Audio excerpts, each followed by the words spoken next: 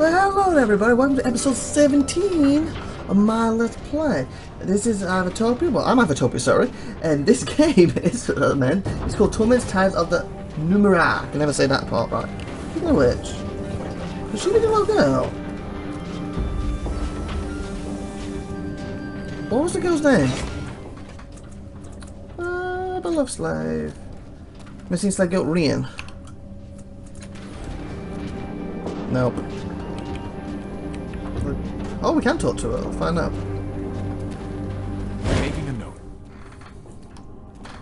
Partly hidden in the trash of dump is a strange and frightening creature. Oh, it's frightened.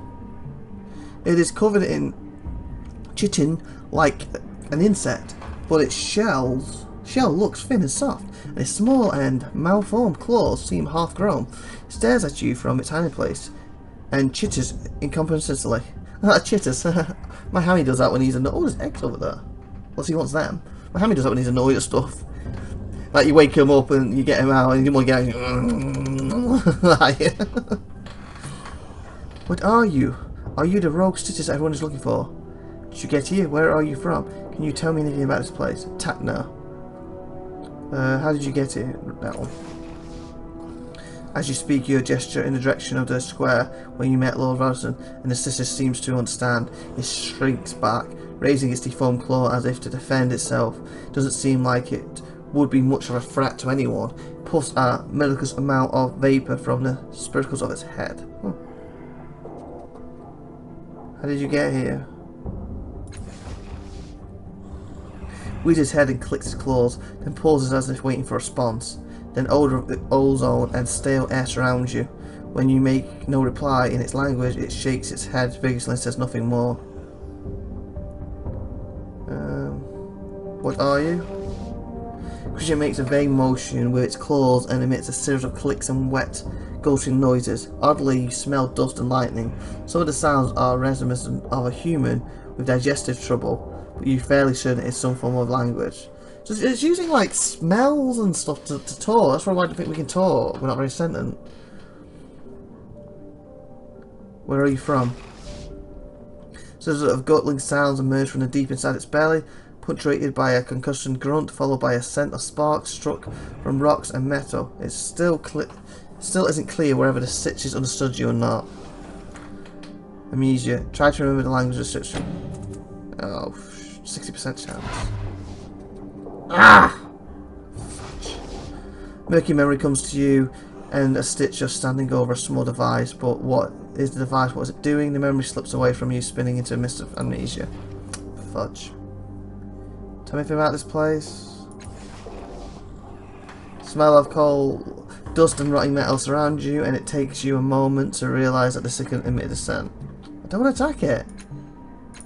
What do I do? Fudge! What do I do?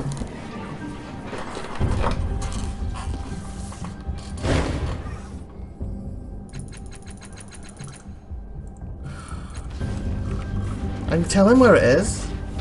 Everyone of these kids can do it. Let's do it. What's going on? I was going to touch you anyway, but... Hit enemy. Scrawny boy in rags reaches you as you pass. Sir, please, sir. I know you saw the stitching hiding in the mid. Then please don't tell anyone about it. Sir, he's not going to... Well, he's not doing anyone any harm. I'll remember that. You saw his hands. They're like human hands. He can't dig like the others. It's not him that's bringing down the houses. So your secret is safe with me. People are looking for him. What is the system to you? He found him, sir, my sister and I, and he was so pitiful, near to starving, near to dying. We've been feeding him old devices and power cells ever since. But we've got to get him out of there. The neighbours will find him soon, and that'll be the end of him. Do you have any plans to help him escape?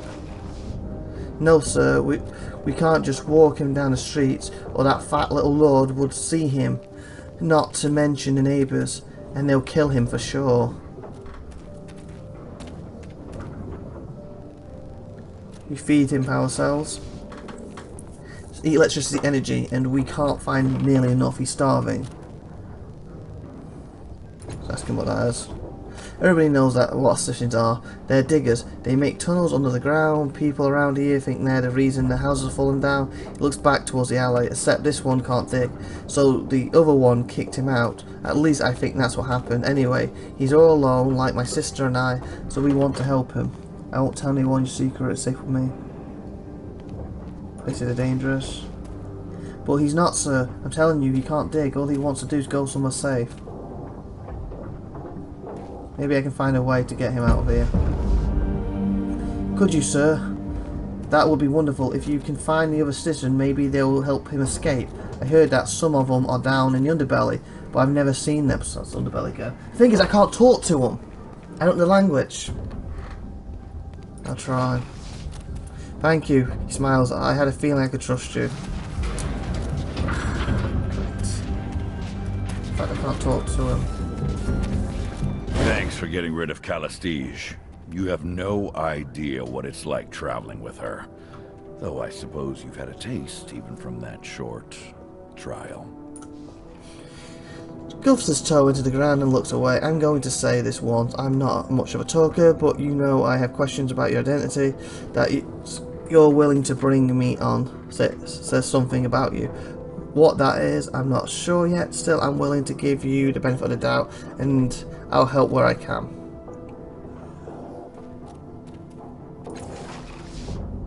So that's settled. We've got things to do, right? Do you think of the cult or the changing guards told me? Honestly, I thought they would be more helpful. Said they're just guessing. They don't know any more about you than I do. He snorts. You've got my apologies for that. For what it's worth, hells. They spent all their time thinking about you a lot. They should have a better idea than almost anyone. At least they gave us an idea of where to search next. He shrugs. We'll keep looking. How you holding up? As well as can be expected. What's your story? Not exactly my favourite topic. Fine, ask. Can you tell me about your history? He watches silently for a minute, considering his words. I'm not from around here. I was the local errand priest for a small Aladu. Alman, it was called, far west from here. Things happened. I left. Things happened. I left. Here I am. Voila, that makes more sense than what I said. What did I even say? Things happened. I left. Caramba. You said things happened. That made you leave your village. What things? Bit nosy now, are we? He shakes his head slowly. I'm not ready to talk about it yet. Said you were out of priest. What's the story with that? I worked with them for years, but when I came to them for help, they refused me. They gave me no time, no resources, and no aid. They said I had to give up my researches. Said I was. He bites off his last words. Reckless, maybe? He grunts and looks away. The Order of Truth and I don't get on. They think I'm cocked, and I think they're frauds. We exchange these little pleasantries every time we meet. Only got one friend left there, and I can't even contact him most of the time. Why do errand priests think you are cocked? Because I speak my mind to them. Who's your friend at the Order of Truth? Ulver Fuggen. He does a little research for me from time to time, personal work. Tell me about your tattoos. They look almost alive. These, they're nothing. Call them a constellation, if you must. He smiles grimly. Some call them by worse names, but that's because they've had occasions to run afoul of these little snakes. He looks away. The line of question is clearly at an end. How did you come to travel with Colstice? When the Order of Truth found me, I sought her help. Colstice was known for finding things, so despite her reputation for being unreliable, I approached her and she accepted. Provided I help her find a way to achieve her transition. His eyes go far away for a moment. She seemed so kind at first, but when it became clear neither of us could help the other, she became cruel and spiteful. I don't know why I stayed after that, or why she stayed with me. Habit, I suppose. Did you and Colstein have a relationship? He He grunts. If you call clawing and scratching at each other a relationship, then I suppose. His eyes grow far away. It was pleasant at the beginning. I needed solace and she needed validation. Perhaps. But when I failed her, she grew bitter and cutting, and I never heard the end of it. She used her words like a whip. Licorice whip. And she cut me down to the bone. I had other questions. He waits quietly, his eyes guarded. No. How are you holding? Other than that, I think it's best with. Nope. I want to ask you about Psychot's Cliffs. Haven't got much to say about this place. I moved here because I needed to. But it's a sewer. I hate it. How's that for a thought? Been my home since I came here and I can't seem to escape it. Why don't you leave? Why don't you mind your own business? Wow. Touch your nerve there, boy. Touch your nerve. I want to talk about you again. How about holding up? I think it's the best we part now. Let's continue on. Yes. Can I get down there? Oh. Far below, you can see a ledge jutting out from the cliff face. A collapsed tunnel appears to have been once used to access the strange objects. Crafted in the corner. Can't get that, can I? Yes. Come on, you.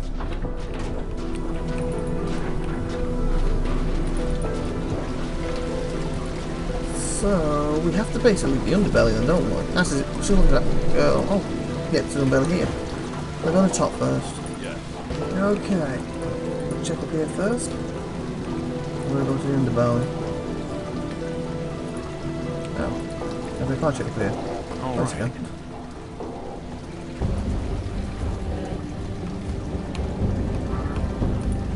Let's go.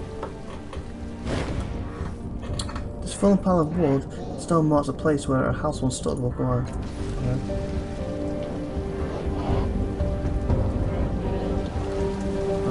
What is this? Oh. Here is for an alteration, are you? Could carry. What?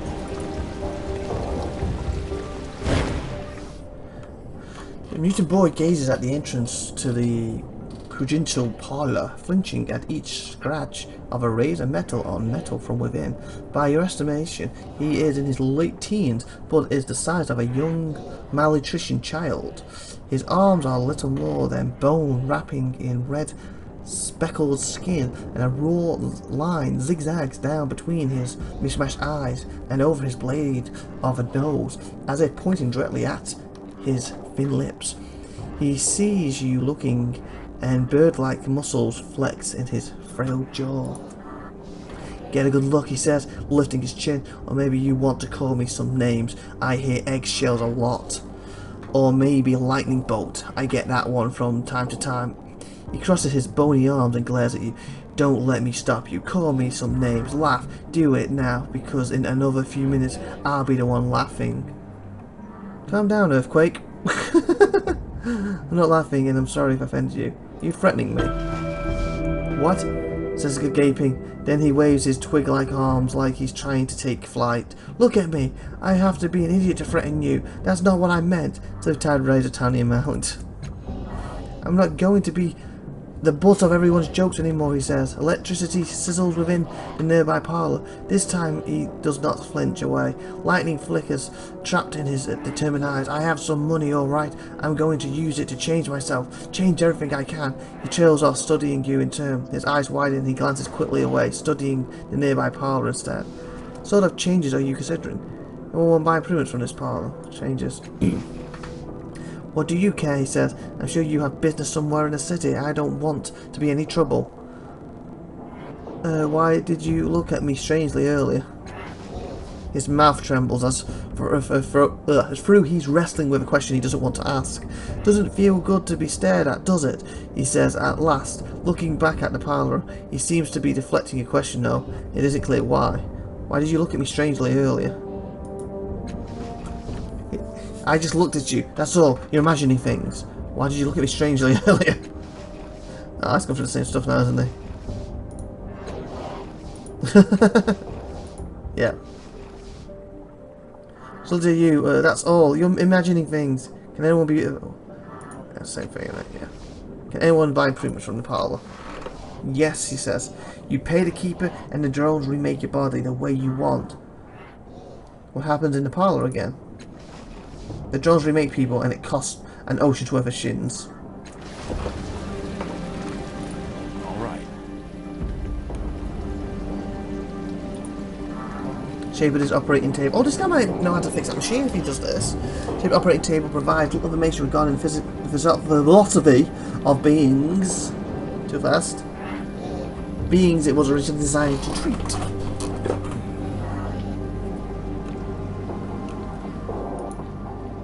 Books jamming the shelves of this desk are divided equally between obscure medical texts and mechanical how-to manuals. These shelves abound with beakers, flasks and other mirrored containers. The utter lack of labels on any of them is somewhat worrying.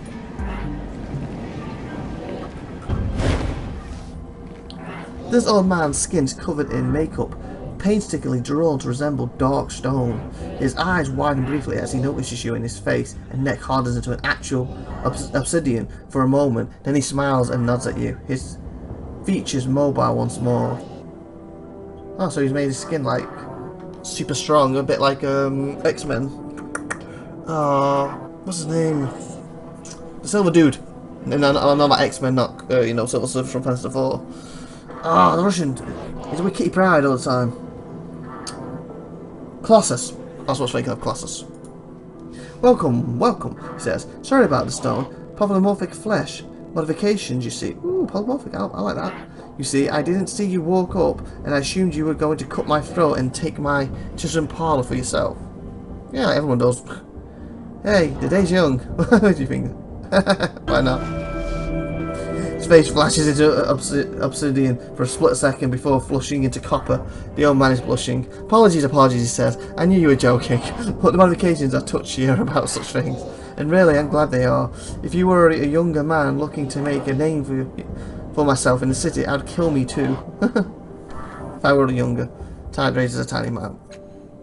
My judicial parlour is a marvel of the prior world, you see. Just pick an item or a service, pay my outrageous fees. You need to call them outrageous. Good selling point there. You could say, pay my cheap fees. Or my reasonable fees. And after only a short to long period of fairly safe. Wow, fairly. It's choice of words are great here. Fairly safe. Wow. But indescribable agony. Wow, you're really selling this here. You want to pay my outrageous fees, my fairly safe but ridiculously painful experience. You walk away with some horrible Numenera bits whirling away inside you. You trying to put me off? He pokes a few buttons on the device strapped to his wrist, and lights twinkle across its length, and dark glass lenses focus on you. Well, interested? Can't help noticing that you're a very honest man. Well spotted, he says, nodding. Clear streaks of quartz run up his prominent cheekbones, revealing the muscle beneath. It's a side effect of my modifications. Couldn't lie to you if you begged me to. He shrugs. Honestly, it's usually a hindrance to a business, but people seem to like it. How did you come to own this parlour? Show me this one first. It was originally a partnership, he says. My colleagues and I spent 2 years digging it out and getting the whole mess working, he sighs. Of course we had to test the drones before we tried them on anyone else. Customers getting skinned alive and opening taste bad for business, you don't say. Turns out that was a wise move. Oh, it skinned your partner alive. Gorton chose an intelligent modification and the drones cut off his head to work on it more directly. Oh, wow. Mine had picked strength and his drone sliced off his arms. They defaulted to sever in those days. They defaulted to severing to those days, he smiles fondly. Anyway, 6 partners later, wow. I was the sole proprietor. I worked on the kinks and here we are with no fatalities in, he thinks, months. No fatalities in months. Wow, months. That sounds great. Show me your list of items, services. Of course, he says, tapping a few buttons on the broad device and encircling his wrist. The lens beams a cone of light directly into your eyes, which immediately begins watering. Blinking, you see a menu of items seemingly hanging in the air. The clawed gauntlets, the jagged memory, The crossing darkness. What are blood nanites? Ooh, that could be interesting. The number of analysis sounds safest. Artificial eyeball, really? How painful are these procedures? Can I ask you some questions? What's a blood nanites? It's quite simple, he says. The drones fill your blood with millions of tiny machines. They promptly begin devouring you alive until they learn to differentiate between your body and anything that's not supposed to be in there. After that, they'll do their level best to purge toxins and illnesses from your body with every pump of your heart. He pauses. In case I wasn't clear, this one is really going to hurt. 95 shins, paid in advance, please. Yeah, but never get ill again. Why not? I want them. Things really do start quite calm. Jones injects you several times and withdrew to a respectful distance. You breathe, the air seems tinted with sunset light. Then you feel the first bite. The machines swarm through you like a metal wave, nipping and tearing, devouring flesh, muscles and organs. You open your mouth to scream and they pour out in a gleaming flood. Wow. Eventually the machines learn that you are not food. At some point during the operation you fell. Now you rise, panting. Don't you look healthy? Healthier, Claims. Well, you are covered in your own blood, but you clearly have more. He rubs his hand. Anything else? Last cast-off gained a new ability. Blood nanites. Took 3 damage to health pool. Remind me how you came to own this. Show me what else you got.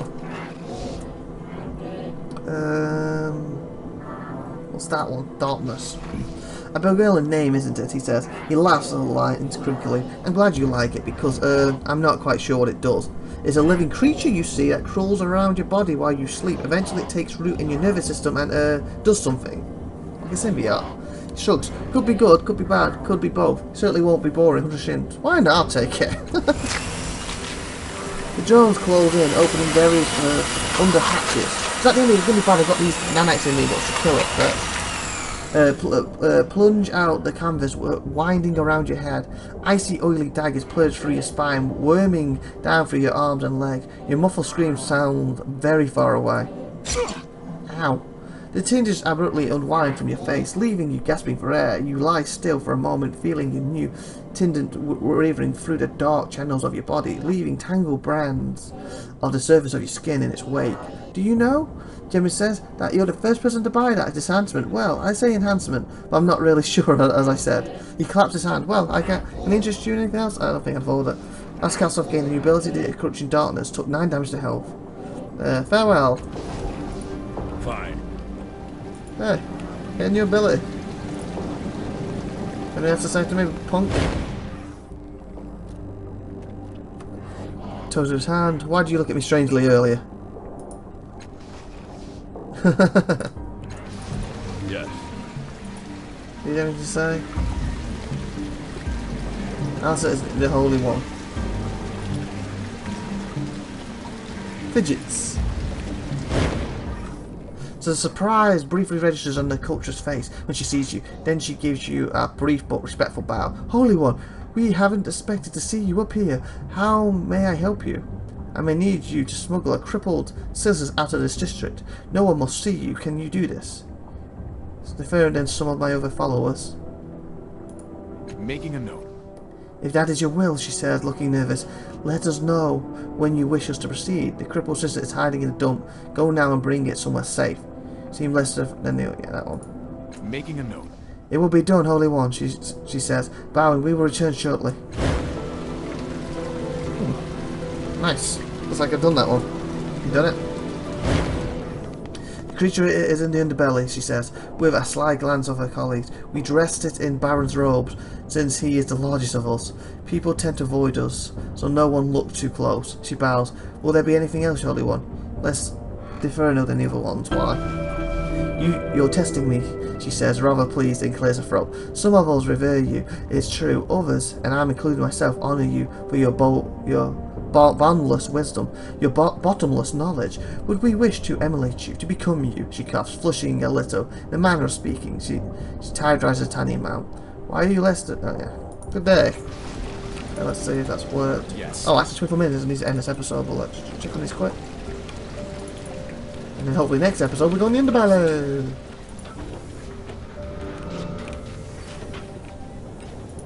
All at these eggs. Oh yeah. Proportionally speaking, the creature that laid these eggs must be truly formidable. Although he's not killing people down there now. Boy jumps up as you approach. He's ecstatic. You got his sisters away. Thank you, sir. We were so worried the locals were going to get him. I couldn't believe it when the coaches came and disguised him. Such a clever trick. It was the right thing to do. Did as I promised. Remember that you owe me a favour. I did as I promised. We appreciate that he has something from inside his shirt. It appears to be some sort of small device. Here, take this. Take this. I scourged it a while back and never found a use for it. But you probably know all about these things. Tide rides a small amount. Cast off against civil sickness. Minor vitality. Huh? Sickness. Why have I got sickness? Minor vitality. What? Gain items. Charmness. Is this your house? It doesn't look safe. We know that's why we stay outside most of the time. Ever since Ava noticed some cracks around the walls, we only go in there to change clothes and stuff. Else live back there? There used to be a lady who lived next door, a nano sorceress, but she disappeared a while back. And then there was a family 2 doors down. We heard them screaming, and on the night their house fell into the sea. He shudders and looks away. My sister now was friends with their little girl. Right, family? He ducks his head. Yes, sir. There's 5. Sorry, 4 of us. Counting my father, but he's gone to the bloom, and we don't know when he'll be back. I'm Zebu, and he points towards a little girl kicking a rock in a circle, an older girl who is playing a flute. You notice that they look considerably more well fed than Zebu. That nymph, my little sister, the girl with the flute, is Avon. She's not actually our sister, but she's still family, and there's no one else, that's it. Tell me about your father. What's his name? How long has he been in the bloom? His name is Zabuk2, Zabak Uran, and it's been a year at least. Well, yeah, he ain't coming back. It's been a year at least. He went to work for the Marav, whatever. For a while he sent Shins back, but then they stopped. Haven't heard from him since. He's probably dead. Or locked up. He squirms uncomfortable. The bloom is like that, though. Sometimes it doesn't let anything out. I figured he's just waiting till it opens up again. What do you know about the bloom? My dad always called it a skink hole, but he said it was a skink hole full of shins, so he was going to pull up his boots and wade in. He shrieks. I don't know much else about it. They say it's a monster and people live inside. You can see it from the caverns, but they don't let anybody down there. Well, they didn't let me down there anyway. It's a monster, so it's basically like Moby Dick. They live inside a whale, so to speak. What do you know about the Mavumth? She's the boss in the bloom, the mayor of something. My dad works for her. He's one of her guards. So basically, to her, we'll find out what happened to him. Isn't that okay? This life must be hard on her. She's okay. Doesn't know anything else really. She misses our dad though. Her eyes cloud. His eyes cloud. She never really knew our mom, so at least she doesn't miss her. Avon. She's been with us since before Dad left, but she's never said where she came from. Maybe she doesn't know. He looks across at Avon. I'm glad she's here. She notices things. Better look out than I am, and she catches a lot of shins with that flute of hers too. Yes, there's something else. Ah, yeah, right, sir. Let's talk about your family. Can you tell me anything else about the area? Hardly anybody comes through here anymore. It's nice and quiet. I guess better than the rest of Cliff's Edge. Guess that's it. Pleasure to you, sir. Go. Can I talk to her? The girl stands outside a crumbling old building, playing the flute. She wears a simple dress, and the golden hair falls past her shoulders. The melody she plays is gentle and soft, but it somehow carries to every corner of the street. As you approach, she stops playing and smiles up at you with large green eyes. Shins for a song, sir? How much? Is 8 shins for a sad song or 12 for a happy one? Here's 8, play a sad song. Here's 12, play me a happy song. Why are sad songs cheaper than happy songs? Because no one wants them, probably. Because there are more of them, sir. Okay, here's 12. Thank you, sir. This one should give you a lift.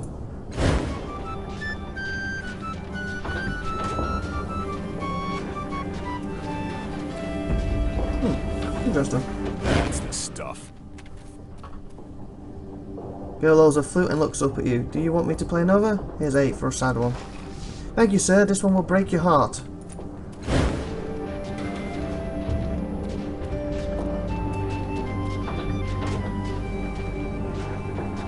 I gave him 20 shillings. It's going to help out. No, thank you. Farewell. You're welcome. Done. Okay, I'll head to the belly and we're in this episode. It's like 30 minutes. This has been a long episode. I'm going to do 15 minutes, so you got a double one this week. Yes. And I wait here, and next episode we're going to the underbelly. Is it worth looking up here first? Okay, maybe underbelly next week, or we go up there. We'll decide with next week. Let's go on that good stuff. I'm going to hit save. Save as this one.